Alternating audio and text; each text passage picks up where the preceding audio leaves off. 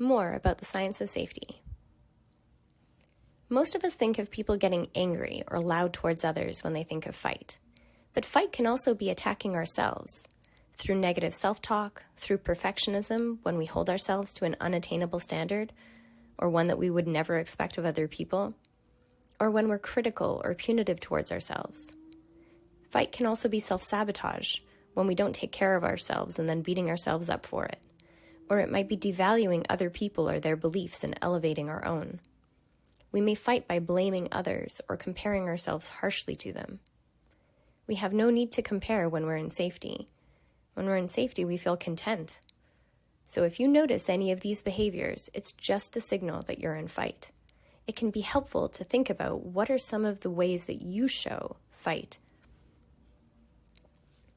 Next, when we think of flight, most of us think of avoidance, leaving, ignoring, but avoidance can also happen by distracting ourselves with thoughts or worries about the past, about the future, or what other people think.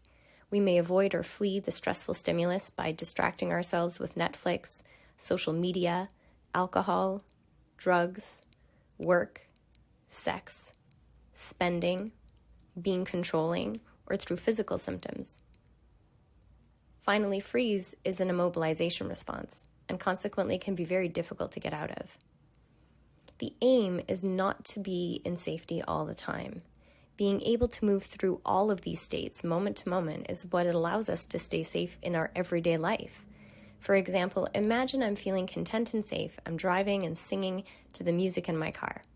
But then I see another car heading towards me, head on.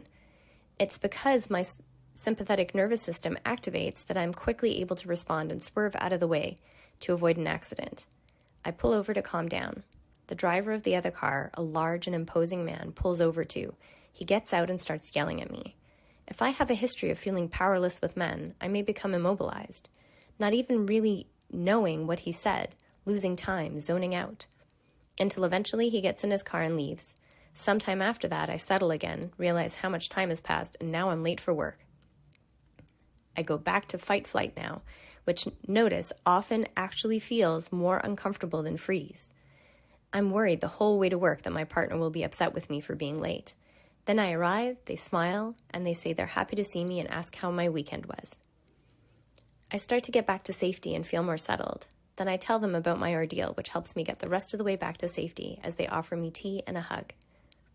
You see, we need to be able to move in and out of these various states. The problem arises when we've spent a lot of time in one or more of them. When we transition into it again, it's almost like it has tentacles that grabs a hold of us and makes it more difficult to transition out. To learn what you can do to help yourself get back to safety, check out our other videos.